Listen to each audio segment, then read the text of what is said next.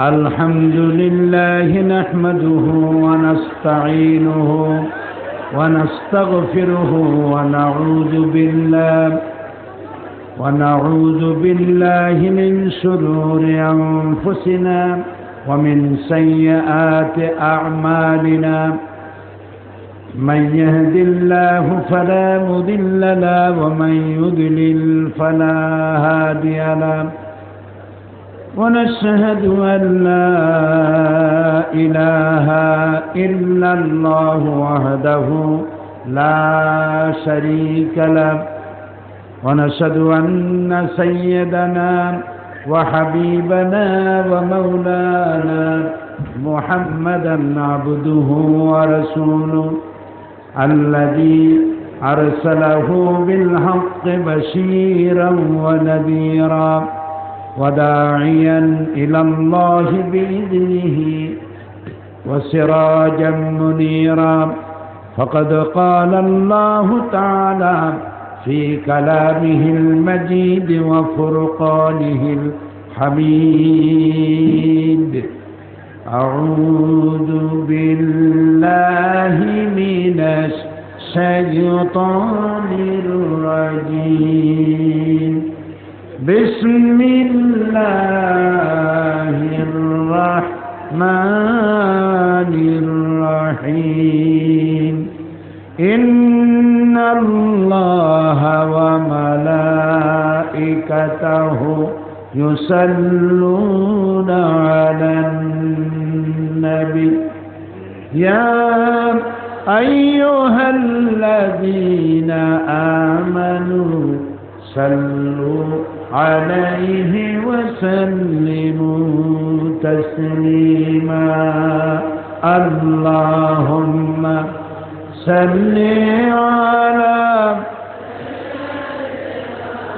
مولانا محمد وعلى آل سيدنا مولانا محمد প্রাণ খুলে মোহব্বতের সাথে দরুদ শরীফ পড়েন আল্লাহুম্মা সাল্লি আলা সাইয়্যিদিনা مولانا محمد وعلى آل سيدنا مولانا محمد بلغ العلا بكماله كشف الدجى بجماله حسنت جميع خصاله صلوا عليه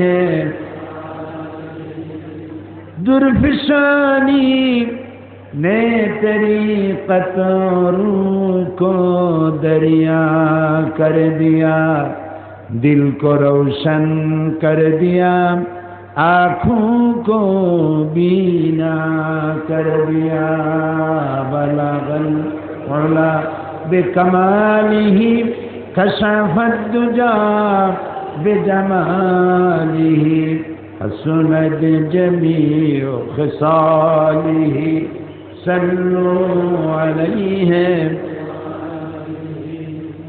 کھودنا تھے جو راہ پر غیروں کے ہادی بن گئے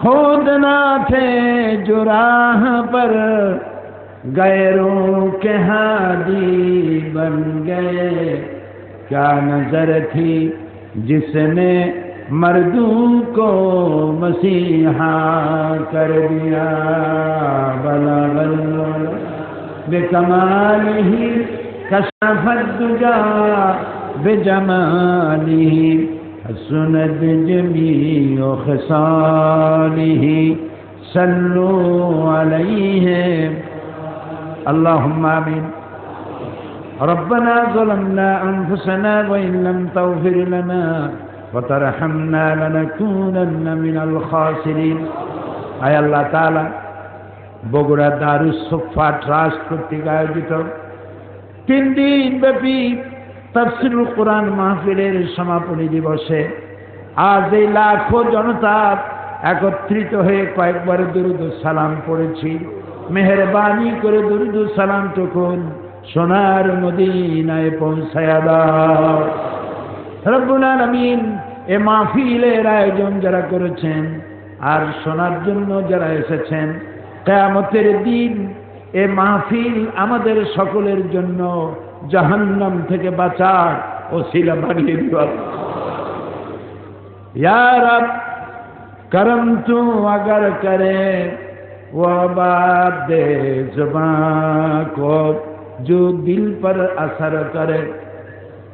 रब्बना तक़ब्बल मिन्ना इन्नका अंतस समीउल अलीम व तुब अलैना इन्नका अंतत तव्वाबुर रहीम। सुब्हान रब्बिका रब्बिल इज्जति अम्मा यसिफून व सलामुन अलल मुरसलीन वल्हम्दुलिल्लाहि रब्बिल आलामीन। বগুড়া দারুস সুফা ট্রাস্ট কর্তৃক আয়োজিত 3 দিন ব্যাপী তাফসীরুল কোরআন মাহফিলের আজকের এই সমাপনী দিবসে সম্মানিত সভাপতি, বিশিষ্ট শিক্ষাবিদ, চিন্তাবিদ, জননেতা, বীর মুক্তিযোদ্ধা অধ্যক্ষ শাহাবুদ্দিন সাহেব,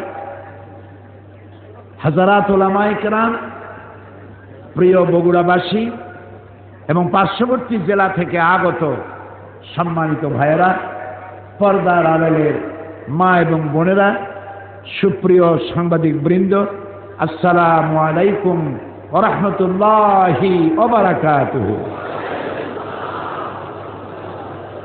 আমরা আল্লাহ সুবহানাহু ওয়া তাআলার দরবারে লাখো কোটি সেজদা পেশ করছি, সুজুদ পেশ করছি, বিনীতভাবে মাথা নত করে শুকর আদায় করছি যে মহান মাবুদ দয়া করে তার কোরআন শোনার জন্য এই বগুড়া শহরে সেন্ট্রাল হাই স্কুল ময়দানে আমাদেরকে একত্রিত হওয়ার তৌফিক এনায়েত করেছেন।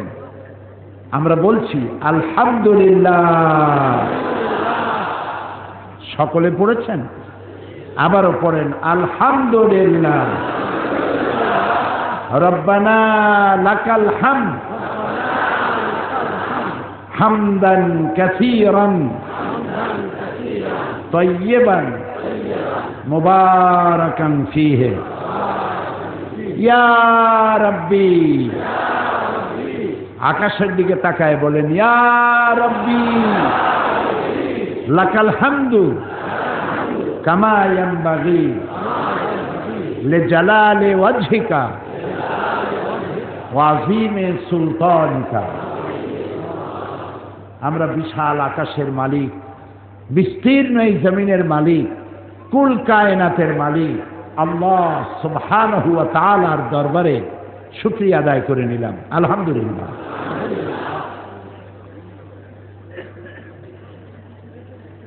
তিন দিন ব্যাপী কোরআনে কারীমের মাহফিল, বিশাল ও আজিম মাহফিল। এর থেকে শ্রেষ্ঠ মাহফিল, এর থেকে পবিত্র মাহফিল আল্লাহর আকাশের নিচে জমিনের উপরে আর একটাও হতে পারে না। কারণ এই গত দুদিন আর আজকের দিন আমরা যা বলেছি আল্লাহর কথা বলেছি, আল্লাহ রসুলের কথা বলেছি। সুতরাং যেই মাহফিলে আল্লাহর কথা বলা হয়, রসুলের কথা বলা হয়, জিকির আজকার করা হয়, নামাজ আদায় করা হয়। আমি শুনতে পেলাম এখানে জামাতে নামাজ আদায় হয়েছে, লোকেরা মাটিতে সেজদা দিতে পারে না, একজনের পিঠের উপর আরেকজনের সেজদা দিয়েছে। এতে কেউ মনে করবেন না যে নামাজ হয় নাই, নিশ্চয়ই নামাজ হয়ে গেছে। ইসলাম কোনো কঠিন জিনিসই না, কঠিন আমরা বানাইছি। লা ইউকাল্লিফুল্লাহু নাফসান ইল্লা উসআহা।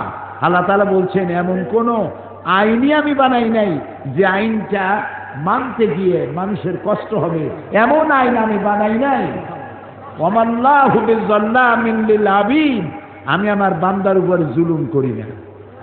সুবহানাল্লাহ, সুবহানাল্লাহ, সুবহানাল্লাহ। বিশাল জামাতে নামাজ পড়েছেন, শুনতে এসেছেন কার বাণী?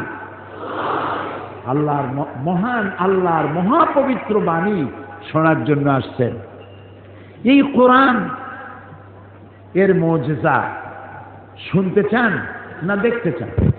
মানুষে বলে যে দেখাই যায়, তা শোনে কিনা? কোরআনের মুজিজা দেখুন।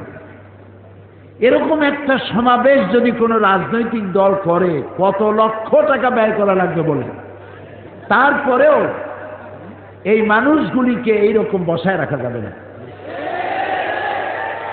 দাঁড়ায় থাকবে, চিনেবাদাম চাবাবে, চানাচুর খাবে, সিগারেটে ফু দিবে, কার কথা কেনা শোনে?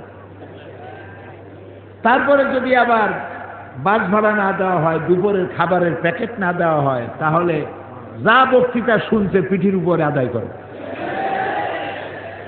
তাকায় দেখেন তো কি জান্নাতের পরিবেশ। আপনারা বলেন, নামাজ পড়ে উঠছেন সবাই, এই দারুস সুফা ট্রাস্ট আপনাদেরকে বাস ভাড়া দিয়ে এনেছে? রিক্সা ভাড়া দিছে? ভটভটি আর নসিমন ভাড়া দিয়ে আনছে? খাইতে দিছে কেউ রে? সুবহানাল্লাহ। তাহলে এই যে বিশাল সমাবেশ, জান্নাতি পরিবেশ, আমি শুধু এই কথাটুকুন বলতে চাই যে কোরআনের কথা শুনতে আসলে যদি এই শান্তি হয়, তাহলে এই কোরআনের আইন যদি রাষ্ট্র মানে, সমাজ মানে, এই পৃথিবী তো জান্নাত হয়ে যাবে। বলো আল্লাহু আকবার, আল্লাহু আকবার, আল্লাহু আকবার।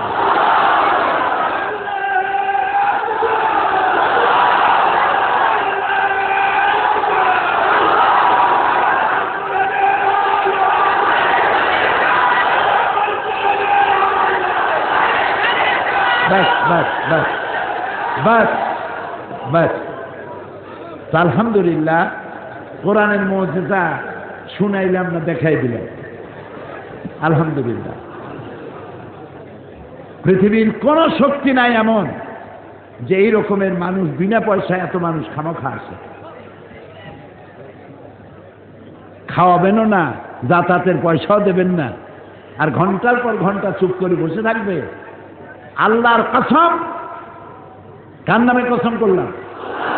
আল্লাহর কসম, আবারও বলি আল্লাহর কসম, এই কেরামতি সাইদির নয়, এই আকর্ষণ সাইদির নয়, এই আকর্ষণ ওভার 100% আকর্ষণ আল্লাহর কোরআনে। মানুষ কোরআন শুনতে আসছে, সাইদির চেহারা দেখতে আসেন না। কোরআন আমার জীবন, এ কোরআন আমার রূহ, এ কোরআন আমার বেঁচে থাকার দলিল।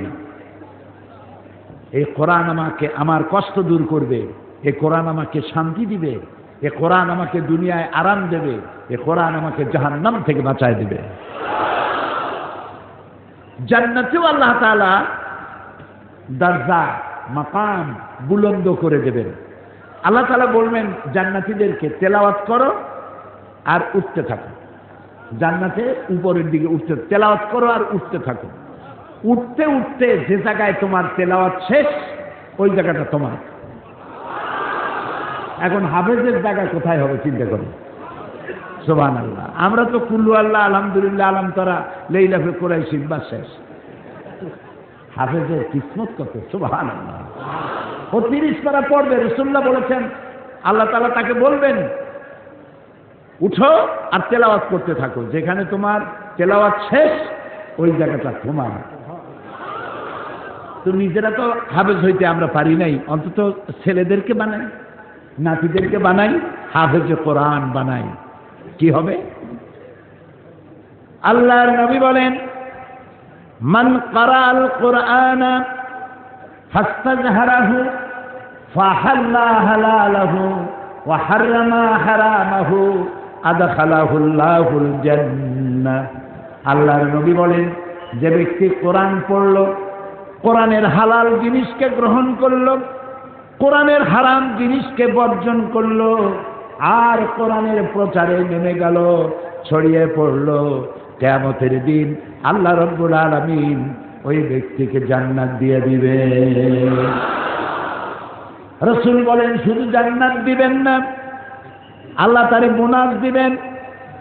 وشفعه في عشرة من أهل بيته كلهم قد وجبت له النار আল্লাহ নবী বলেন শুধু জান্নাত দিবেন না, জান্নাতের অর্ডার দিয়ে আল্লাহ বলবেন অপেক্ষা করো, তোমার রক্ত সম্পর্কিত আত্মীয় স্বজনের মধ্য থেকে এমন 10 জনের জন্য আমার কাছে সুপারিশ করো, যেই 10 জনের জন্য হিসাবের পরে জাহান্নাম ওয়াজিব হয়ে গিয়েছিল।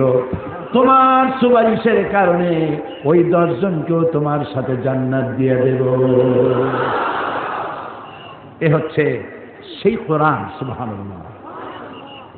এই কোরআনে কারীমকে আল্লাহ রাব্বুল আলামিন আমাদের কষ্ট বৃদ্ধি করার জন্য নাযিল করেন নাই, আমাদের কষ্ট দূর করার জন্য এসেছে কোরআন। এই পৃথিবীর মানুষদেরকে পথ দেখাইছে 2 শ্রেণীর মানুষ। আম্বিয়া আলাইহিমুস সালাম আরেক দিকে আসছে দার্শনিক, ঐতিহাসিক, লিডার, এরা সবাই আসছে। তো দার্শনিকরাও মানুষকে পথ দেখিয়েছে, নবীরাও পথ দেখাইছে। এখন আপনি কোন দিকে যাবেন? দার্শনিকদের দেখানো পথের দিকে যাবেন না নবীর দেখানো পথের দিকে যাবেন? দার্শনিকদের দেখানো পথের দিকে যদি না যাই তাহলে কেন যাব না? আর নবীর পথের দিকে যদি যাই তাহলে কেন যাব? তারও একটা যুক্তি থাকা প্রয়োজন। যুক্তিটা হলো এই, যারা দার্শনিক তারা মানুষকে পথ দেখিয়েছেন ম্যান মেড ইজম দিয়ে, নিজের মস্তিষ্ক প্রসূত জ্ঞান দিয়ে মানুষের চলার পথ তারা তৈরি করেছেন। আর মানুষের তৈরি করা পথ সবসময় ভুল হয়, স্বাভাবিক, যেহেতু মানুষ তার জ্ঞানের পরিধি, জ্ঞানের চৌহদ্দি হচ্ছে সে অতীত ভুলে যায়, ভবিষ্যৎ জানে না, বর্তমান সম্পর্কে সিদ্ধান্ত নিতে গিয়ে ভুল করে। এই জন্য তারা যত কথা বলেছেন কোনো কথা স্থায়ী হয় নাই। তারা যত আইন তৈরি করেছে সে আইনগুলি পৃথিবীর কোনো ভূখণ্ডে স্থায়ী কোনো শান্তি দিতে পারে নাই। আর নবীরা যেটা দিয়েছেন, নবীদের কথা এক, দার্শনিকদের কথা এক একজনের এক এক রকমের, আর নবীদের কথা এক। আদম আলাইহিস সালাম যা বলেছেন নূহ আলাইহিস সালাম তাই বলেছেন, ইব্রাহিম আলাইহিস সালাম যা বলেছেন মুসা আলাইহিস সালাম তাই বলেছেন। আপনারা কি বলতে পারবেন যে ইদ্রিস আলাইহিস সালাম বলেছেন আল্লাহ আছেন আর ইয়াকুব আলাইহিস সালাম বলেছেন এতে কিছু সন্দেহ আছে? একজন নবী বলেছেন পরকাল আছে, আর একজন বলেছেন পরকাল নাও থাকতে পারে। এরকম তাদের মধ্যে কোনো কথা নিয়ে ইখতিলাফ হয়েছে? হয় নাই। কেন হয় নাই? কারণ হলো নবীদের কাছে যে কথাগুলি এসেছে তা একটা অফিস থেকে এসেছে। অফিসটা কার? সবাই বলে। আর একজন মাত্র নির্ভরযোগ্য স্পেশাল মেসেঞ্জার আল্লাহর কাছ থেকে বাণীগুলো এনে নবীদের কাছে পৌঁছে দিয়েছেন। সেই স্পেশাল মেসেঞ্জারের নাম কি? মাশাআল্লাহ, আপনাদের ওয়াজ শুনাইয়া মজা আছে, কারণ আপনারা বোঝেন। আলহামদুলিল্লাহ। জিবরাইল, আল্লাহ তাকে প্রচন্ড ক্ষমতা দিয়েছেন, তাকে আল্লাহ তাআলা বলেছেন শাদীদুল কুওয়া, প্রচন্ড ক্ষমতা রাখেন। রূহুল আমিন, আল্লাহ তাআলা তার প্রশংসা করেছেন। নবী করিম সাল্লাল্লাহু আলাইহি ওয়াসাল্লাম বলেছেন আমি জিবরাইলকে সচক্ষে আসল সূরতে 2 বার দেখেছি, অরিজিনাল সূরতে 2 বার দেখেছি। পাখির যেমন 2টো ডানা থাকে, জিবরাইলের আমি 600 ডানা দেখেছি। এবং আকাশ থেকে জমিন পর্যন্ত পৌঁছাতে তার ডানা দিয়ে 2 বার মাত্র ঝাপটা মারে, আকাশ থেকে জমিনে এসে পৌঁছে যান। আল্লাহর অফিস থেকে, আল্লাহর কাছ থেকে বাণী বহন করে নিয়ে এসে নবীদের কাছে পৌঁছায়ছেন কে? জিবরাইল আলাইহিস সালাম। এখন আল্লাহ তাআলা এই মানব গোষ্ঠীকে সৃষ্টি করে তাদের পথ দেখিয়ে দিয়েছেন। পথ দেখাবার জন্য 2টি রাস্তা, 2টি জিনিস দিয়েছেন। একটা হলো কিতাব আর একটা হলো নবী। কয়টা জিনিস? একটা হলো নবী আর একটা হলো কিতাব। এখন যদি শুধু নবী আসতেন, কিতাব দেওয়া না হতো, তাহলে জনগণ নবীকেই আল্লাহ বানায় ফেলত। ঈসা আলাইহিস সালামকে আল্লাহ বানাইছে না, তারা আল্লাহর ছেলে বানাইছে না।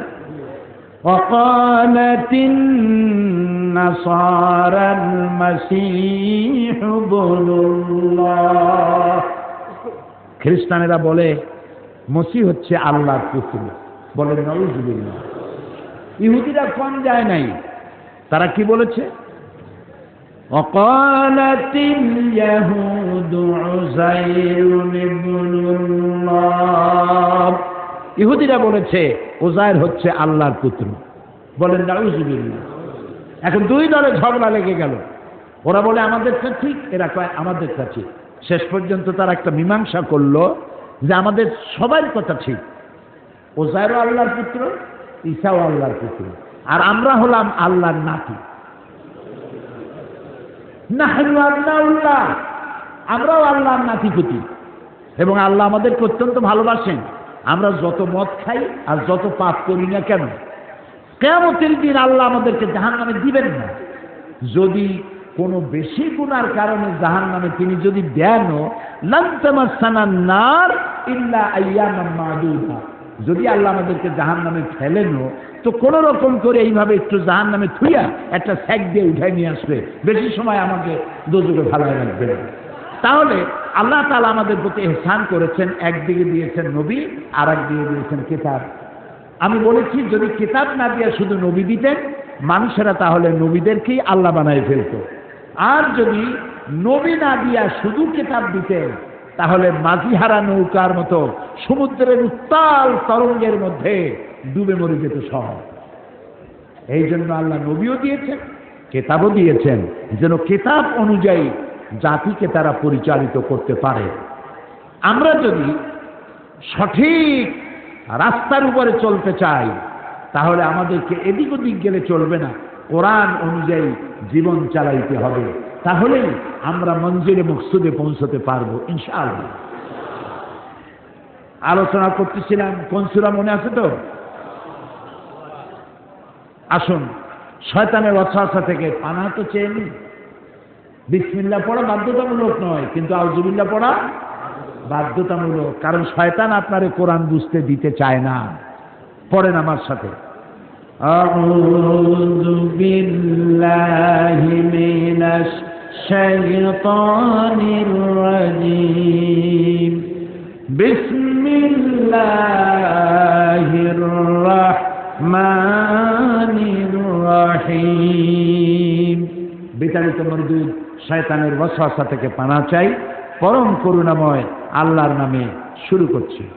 তাহা মা আনসালনা আলাইকাল কুরআনা লিতাশকা ইল্লা তাযকিরাতান লিমান ইয়াখশা তানজিলাম মিম্মান খালাকাল আরদা ওয়াস সামাওয়াতিল উলা। আলহামদুলিল্লাহ, এটা যে আল্লাহর বাণী তা শুনলেই বোঝা যায়। বলেন সুবহানাল্লাহ। যারা মক্কা শরীফে গেছেন, যাদের টাকা পয়সা আছে, আমি তাদেরকে বলি হলিডে করতে ব্যাংকক, সিঙ্গাপুর, আমেরিকা, লন্ডন কোনো লাভ নাই। যে পয়সা করে যদি বেশি থাকে, হলিডে করতে গেলে মক্কা শরীফ যাবেন রমজান মাসে, শুনবেন তেলাওয়াত শেখ আব্দুর রহমান আস-সুদাই, সাউদ আশ-শুরাই, আব্দুর রহমান আল হুজাইফি, আব্দুল্লাহ আল জাহমি যখন তেলাওয়াত করে তারাবির নামাজে, মনে হয় যেন কোরআন নাযিল হচ্ছে। সুবহানাল্লাহ। কোরআন এর থেকে মজার জিনিস পৃথিবীতে আর নাই। আল্লাহ তাআলা বলছেন, তাহা, হে নবী, মা আনসালনা আলাইকাল কুরআনা লিতাশকা, এ কোরআন আপনার উপরের জন্য নাযিল করি নাই যে কোরআন আপনাকে কষ্ট দেবে। এটা ইল্লা তাযকিরা, এটা হচ্ছে নসিহত, উপদেশ। এটা হচ্ছে এমন উপদেশ, এই উপদেশ যে গ্রহণ করবে কে? লিমান ইয়াখশা, যে তার রবকে ভয় করে, আল্লাহকে ভয় করে যদি, তাহলে এই কোরআন তাকে উপদেশ দেবে এবং এই কোরআনের ওসিলায় দুনিয়া ও আখিরাতে সে শান্তি লাভ করবে। গতকাল আমি আলোচনা শেষ করতে পারি নাই, গতকালকের আলোচনা ছিল the scientific miracle in the holy Quran, কোরআনের মুজিজা, বিজ্ঞানময় মুজিজা গতকালকের আলোচনা ছিল। সেখানে সৌরজগৎ সৃষ্টি, পৃথিবী সৃষ্টি, পানি চক্র, এরপরে উদ্ভিদ বিজ্ঞান, প্রাণী বিজ্ঞান ইত্যাদি সম্পর্কে গতকাল আলোচনা করেছিলাম। আজকে গতকাল যেটা বাকি ছিল বলতে সেটা আজকে বলা হবে। সেটা হলো মানব সৃষ্টি রহস্য। এই মানব সৃষ্টি রহস্য সম্পর্কে ডারউইন বলেছেন যে মানুষ তো মানুষ না, তো মানুষ কি? মানুষ হলো বানর। শুনছেন আপনারা? থিওরি অফ ইভলিউশন, বিবর্তনবাদ, এরা হলো মানুষ ছিল বান্দর। তো এই বান্দর আস্তে আস্তে গায়ের পশম পড়ে গেছে, একদিন পাছা থেকে লেজও খসে পড়েছে, সেদিন থেকে মডার্ন মানুষ হয়েছে, লেজবিহীন মানুষ। কিন্তু এখানে 25,000 বছরের একটি মিসিং লিঙ্ক হয়ে গিয়েছে। ডারউইন সাহেব বলতে পারেন নাই লেজটা খসলো কোন বছরে কোন মাসে, এটা বলতে পারেন না। কোনো জিনিসের সাথে কোনো জিনিসের সিমিলারিটি থাকলে এটা ওটার পূর্বপুরুষ, তা কি করে বলা যায়? যেমন পাবদা মাছ দেখতে বোয়াল মাছের মতো। বগুড়ায় পাবদা মাছ পাওয়া যায় কি? দেখতে বোয়ালের মতো না? তো কোনো পাগল বলে নাকি যে পাবদাগুলি পুঁটি খাইয়ে খাইয়া আস্তে আস্তে বোয়াল হয়ে গেছে একদিন? আচ্ছা, বগুড়ায় ছোট ছোট শোল মাছের ছোট সাইজ যেটা, ওটার কি বলে?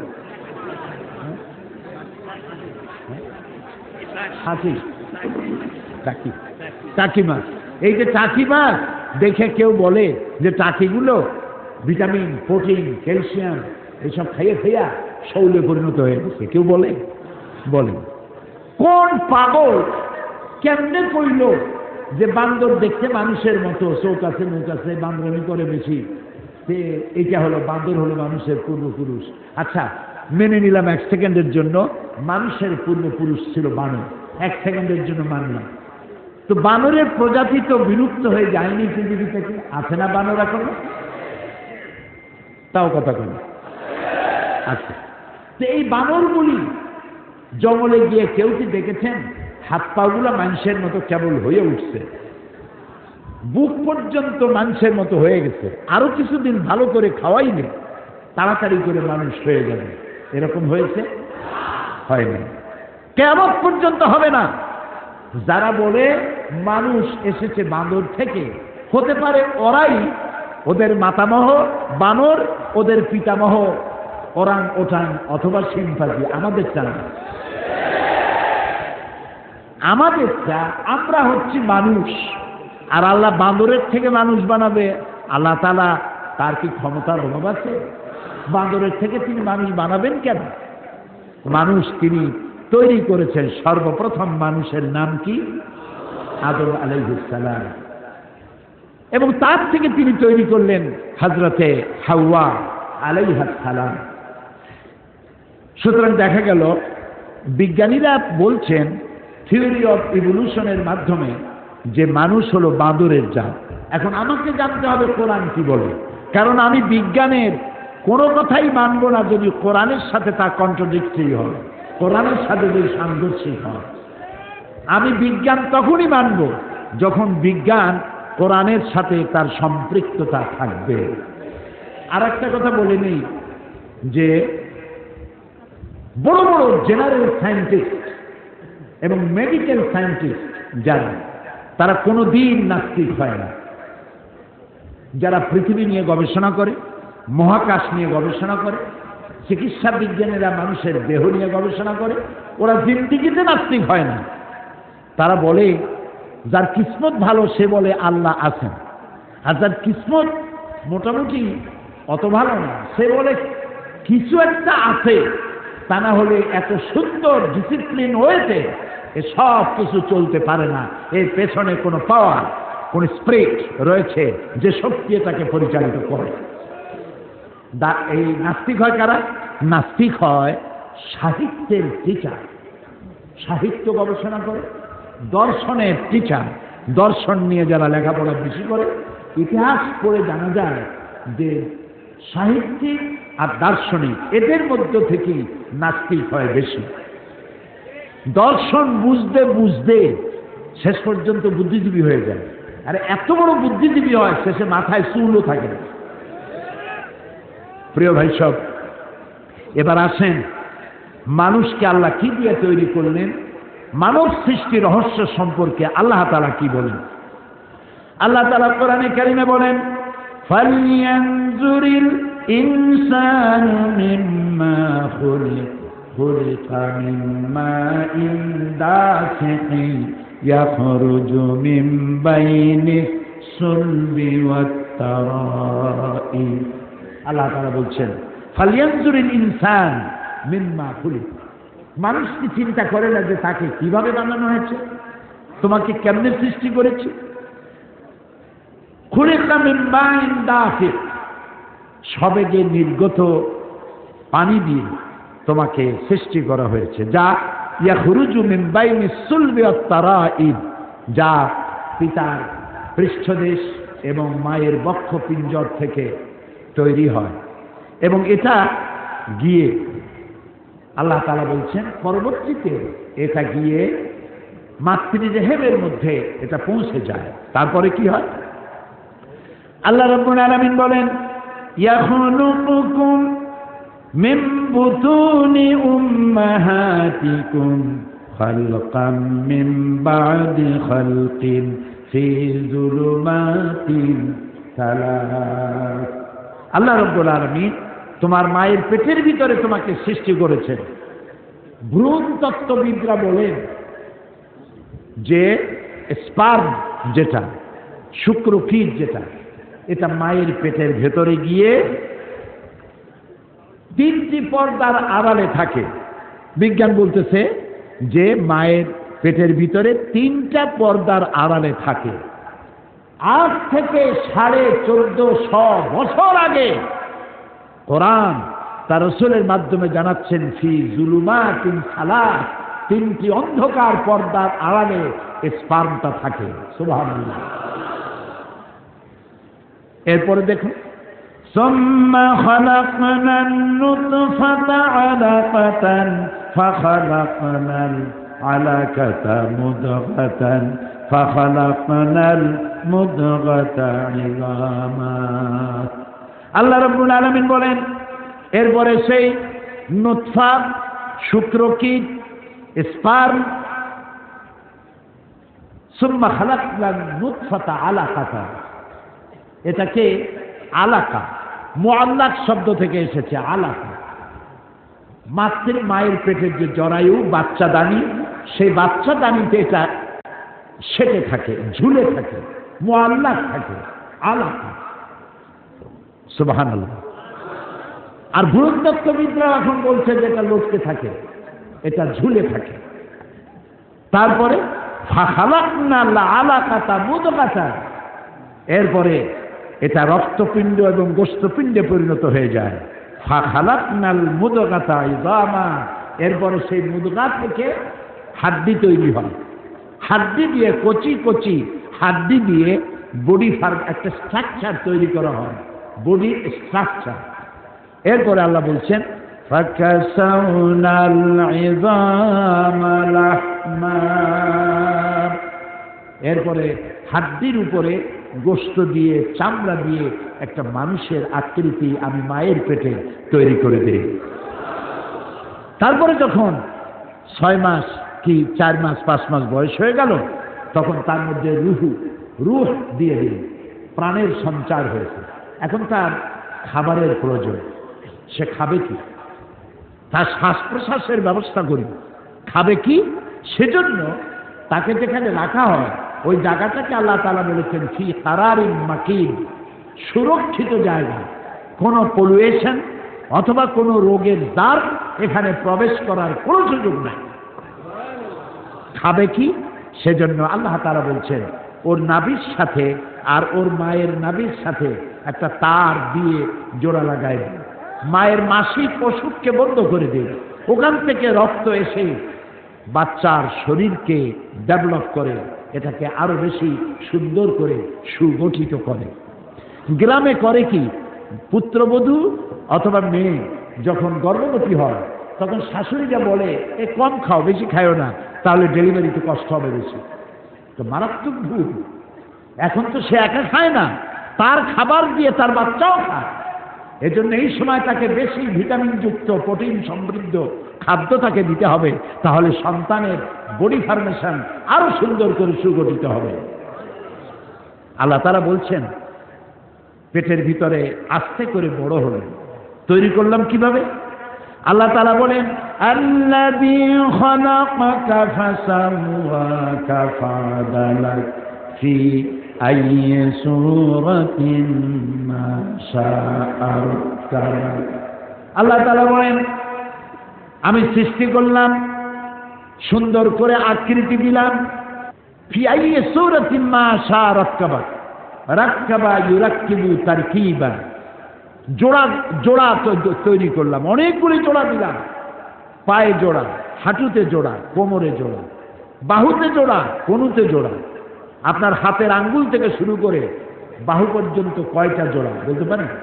গুনে দেখেন নাকি? অথচ আপনারই হাত, এই হাতের মধ্যে 6টা জোড়া আল্লাহ দিয়েছে। এই জোড়াগুলি যদি না দেওয়া হতো তাহলে ক্ষতি কি ছিল? ক্ষতি এই ছিল আঙ্গুলে কোনো জোড়া নাই, এটা হাত হতো না, কাটা চামচ হইত। কোনোই তো জোড়া নাই, এটা হাত হতো না, এটা একটা লাঠি হতো। ভাত খাবেন কি করে? ভাত মাখাবেন কি করে? মুখে দিবেন কি করে? দুইজন সামনাসামনি বসবেন, একজন আরেকজনের মুখে উঠাই দিবেন। নিজের খাবার হাত ক্লোজ হয় না বলে নিজের খাবার নিজের মুখে তুলে দিতে পারবেন না। সুবহানাল্লাহ বলবেন না? সুবহানাল্লাহ বলবেন না? আল্লাহ রাব্বুল আলামিন বলেন সুগঠিত করলাম, সুন্দর করলাম। এরপরে মায়ের পেট থেকে 5 দিন যখন পূর্ণ হয়ে গেল, সুম্মা নুখরিজুকুম তিফলা, বাচ্চার আকারে মায়ের পেট থেকে বের করে নিয়ে আসলাম। সুবহানাল্লাহ। মায়ের পেট থেকে বেরিয়ে আসলে এখন তুমি খাবে কি? মায়ের পেটে যখন ছিল তখন খাবারের লাইন ছিল কয়টা বলে? একটা লাইন ছিল। মায়ের পেট থেকে যখন বেরোলেন তখন সে লাইনটা কেটে দিয়েছে না? একটা লাইন কেটে গেছে, দাও খাইতো, লাইনটা কাটা। এখন খাবে কি? আমার আল্লাহ রাব্বুল আলামিন এমন আল্লাহ, আপনি পৃথিবীতে আসার সঙ্গে সঙ্গে মায়ের পেটের ভিতরে থাকাকালীন সময় যে লাইনটা ছিল লাইন কেটে দেওয়া হলো। এবার আল্লাহ রাব্বুল আলামিন মায়ের দুধ থেকে সন্তানের খাবারের জন্য ডবল লাইন চালু করে দিলেন। মাতৃস্তনের বোটায় একটা ছিদ্র দিলে অনেকগুলি দুধ বেরিয়ে এসে গলা আটকে যেত, বাচ্চা তুমি। সেজন্য আমি আল্লাহ ওই স্তনের বোটার মধ্যে সূক্ষ্ম সূক্ষ্ম 32টি ছিদ্র করেছি, যাতে করে আস্তে করে চোষা দিলে দুধ এসে তোমার পেট ভরে যায়। আর এই দুধ শুধু দুধ নয়, বাচ্চা পৃথিবীতে আসলে 6 মাসের ভিতরে পানি খাওয়াবার কোনো প্রয়োজন নাই। তাও সুবহানাল্লাহ কবে না? মায়ের দুধ এটি, এর মধ্যে রয়েছে ফুড ভ্যালু, এর মধ্যে রয়েছে পানি, এর মধ্যে রয়েছে ক্যালসিয়াম, এর মধ্যে রয়েছে ভিটামিন, এর মধ্যে রয়েছে আয়রন, এর মধ্যে রয়েছে রোগের প্রতিষেধক, রোগকে প্রোটেক্ট করার মতো ক্ষমতা এই দুধের মধ্যে আল্লাহ তাআলা দিয়ে দিয়েছেন। সুবহানাল্লাহ। যে মায়ের দুধ খেয়ে বড় হলে, আহারে সেই মাকে ভুলে যেও না। এই মা হচ্ছে এমন মা যিনি বাচ্চাকে ঘুম না পড়াইয়া নিজে ঘুমান না, বাচ্চাকে গোসল না করাইয়া নিজে গোসল করেন না, বাচ্চাকে না খাওয়াইয়া নিজে খান না। অনেক লক্ষ্মী ছাড়া পুরুষ আছে স্ত্রীর কথা মতো মায়ের সাথে কথা বলা বন্ধ করে দেয়। অবশ্য বগুড়ায় এরকম নাও থাকতে পারে, এগুলো কপাল করে। এগুলো কি বলে? কপাল করে। মায়ের সাথে কথা বন্ধ করছো। আবার কেউ কেউ বলে এই বুড়িটা মরে না কেন? ইন্না লিল্লাহি ওয়া ইন্না ইলাইহি রাজিউন। মায়েরে মরতে কর, তোমার যখন অসুখ হয়েছিল, টাইফয়েড হয়েছিল, চিকিৎসায় কাজ হয় না, সবাই ঘুমায় গেছে, তোমার মা তোমার কাছে বসে তাহাজ্জুদের নামাজ পড়ে সূরা ইয়াসিন তেলাওয়াত করে চোখের পানি দিয়া বুক ভাসাইছে আর বলেছে, আল্লাহ আমার জীবনের বিনিময় আমার বাছারে তুমি বাঁচাইয়া দাও, আমার কলিজার টুকরা সন্তানটাকে দয়া করে তুমি বাঁচাইয়া দাও। যে মা গভীর রাত্রে তোমার জন্য নিজের জীবনের বিনিময় বাঁচার জন্য দোয়া করলেন, সেই মাকে বড় বুড়ি মরে না কেন? নাউযুবিল্লাহ, নাউযুবিল্লাহ। প্রিয় ভাই সব, মা হচ্ছে একটা অক্ষর মা। আহারে, একটা অক্ষর মা। মনে হয় সারা দুনিয়ার সব মধু আল্লাহ একটা অক্ষরের মধ্যে ঢুকাই দিয়েছে। মা। বিদেশ থেকে যখন সন্তান আসে, চাকরি বাকরি করে সৌদি আরব, কুয়েত, কাতার, সকলের চোখ থেকে বাক্সের দিকে আমার জন্য আনছে কি? একমাত্র মা মুখের দিকে তাকায়, আহারে বাচ্চার মুখটা শুকায় গেছে, খায় নাই কিছু। ও বাবা কখন খাইছিস? আর কেউ বলে? যিনি মা হারাইছেন তিনি বুঝবেন কি হারাইছেন। কেউ জিজ্ঞেস করবে না খাইছো কখন, ঠিক মতো জায়গা মতো পৌঁছে গেছো কিনা জিজ্ঞেস করে না। এজন্য কবি বলেছেন, বিদেশে বিরাজ্যে যার পুত্র মারা যায়, পশু পাখি না জানিতে আগে জানে মা। মায়ের কলিজায় টান লেগে যায়, সহ্য করতে পারে না। সুতরাং মায়ের জন্য আল্লাহ তাআলা দোয়া করতে বলেছেন, আমার কাছে দোয়া করো। কে দোয়া শুকাইছে? মা বাপের জন্য আমার কাছে দোয়া করো। আল্লাহ তাআলা বলেছেন, ওয়াকাদা রাব্বুকা আল্লা তা'বুদু ইল্লা ইয়াহু ওয়া বিল ওয়ালিদাইনি ইহসানা। তোমার রবের পক্ষ থেকে চূড়ান্ত সিদ্ধান্ত হয়ে গেছে, আমি আল্লাহর ইবাদত করার পর তোমার মা বাপের খেদমত করবে। সুবহানাল্লাহ। ওয়াকুল লাহুমা কাওলান কারীমা। আর মা বাপের সাথে অসম্মানজনক কথা কখনো বলবে না। মা বাপরে ধমক দিবে না, চোখ মোটা করবে না। অনেক ছেলেপেলে আছে মা বাপ মারে পর্যন্ত। চোখ মোটা করে তাকাও কার দিকে? আল্লাহ ইচ্ছে করলে তোমাকে অন্ধ বানায় দিতে পারে। এটা বেয়াদবি করার জায়গা নয়। তোমার মা যদি দুশ্চরিত্রও হয়, তুমি তাকে ধমক দিতে পারো না। তোমার মা যদি মুশরিক হয়, কাফের হয়, তাও তুমি তাকে ধমক দিতে পারবে না। মায়ের মতো আদর করতে হবে, যত্ন করতে হবে, তার সেবা করতে হবে, তার কাছে দোয়া চাইতে হবে। তোমার জান্নাত তোমার মায়ের পায়ের তলে। সুবহানাল্লাহ। আল্লাহ রাব্বুল আলামিন দোয়া শিখাইছেন, বান্দারে তোর মা বাবার জন্য আমার কাছে দোয়া কর। রব্বিরহামহুমা কামা রাব্বায়ানি সগীরা। পড়েন সবাই, রব্বিরহামহুমা কামা রাব্বায়ানি সগীরা। আল্লাহ তাআলা আমার মা বাপ আমার অসহায় কালে আমাকে যে যত্ন করেছেন। আমরা অসহায় ছিলাম না, ক্ষুধা লাগলে বলতে পারতাম না যে মা ক্ষুধা লাগবে। পৌষ মাসের শীতে পেশাবের মধ্যে পড়ে আছি, পায়খানার মধ্যে পড়ে আছি, আমি বলতে পারি না যে আমি কষ্টে আছি। তা আমার অসহায় কালে আমাকে মারে নাই, ধরে নাই, আছাড় মারে নাই, আমাকে যত্ন করেছে।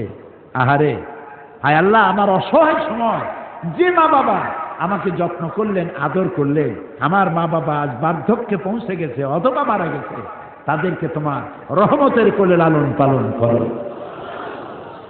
প্রিয় ভাই সব, মা বাপের খেদমতের ওয়াজ করা আজকে আমার বিষয় নয়। আমার বিষয় ছিল মানব সৃষ্টি রহস্য। দেখুন, আমাদের দেশে বিয়ের পরে যদি সন্তান 6 মাসের মাথায় যদি সন্তান হয়, লক্ষ্য করে শুনতে হবে, তা নাহলে কিন্তু মিস করবেন। বিয়ে করেছে, 6 মাসের মাথায় গিয়ে বাচ্চা হয়েছে। শ্বশুর শাশুড়ি তো দূরের কথা, স্বামীও চিন্তা করে যে এই বাচ্চা বোধহয় আমার না, এত তাড়াতাড়ি বাচ্চা হইল কেন? কি বল? এখন বিজ্ঞানীরা বলছে যে না, 6 মাসের ভিতরে যদি সন্তান হয় তা তার স্বামীর সন্তান। বলতেছে বিজ্ঞান, কিন্তু কোরআন বলেছে ১৫০০ বছর আগে। কি বলেছে? আল্লাহ রাব্বুল আলামিন বলেন, ওয়া হামলুহু ওয়া ফিসালুহু সালাসুনা শাহরা। হামলুহু ওয়া ফিসালুহু, গর্ভধারণ আর দুগ্ধপান সব মিলে ৩০ মাস। কে বলতেছেন? আল্লাহ। সব মিলে কয় মাস? ৩০ মাস। দুধ খাওয়াবে কয় মাস? হাওলাইনে কামিলাইন, ২ বছর। ২ বছরে কয় মাস হয়? আর কন্যা তাড়াতাড়ি, ও অঙ্কে ফেল করে নি। ২ বছরে ২৪ মাস। তা আল্লাহ তাআলা আগে কি বলেছেন? ওয়া হামলুহু ওয়া ফিসালুহু সালাসুনা শাহরা, ৩০ মাস। ৩০ মাসে ২৪ মাস গেল দুধ খাওয়াইতে, থাকে কয় মাস?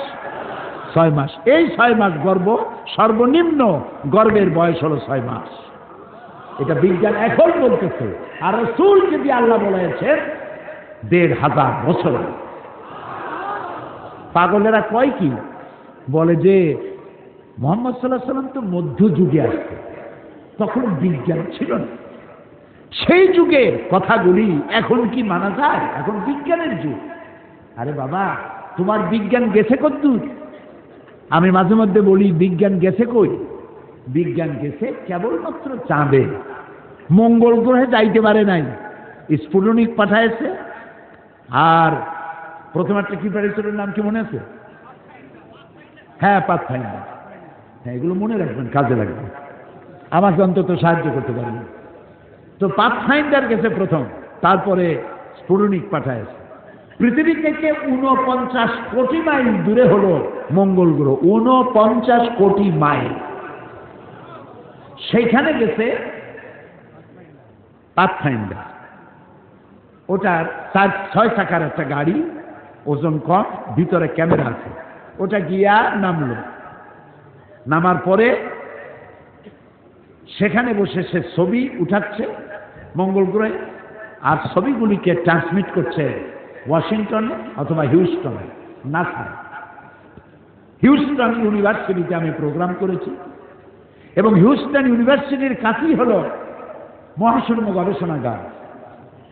নীল আর্মস্ট্রং, মাইকেল কলিন্স যে রকেটে করে চাঁদে প্রথম অবতরণ করছিলেন, সেই রকেটও আমি উঠছি, এবং ওই চাঁদের মধ্য থেকে তারা মাটি নিয়ে আসছে। সেই মাটি, পাথর, অন্যান্য পদার্থ দূর করে শুধু মাটি একটা বক্সের মধ্যে রেখে তাতে আলু, টমেটো আর ভুট্টা লাগায়।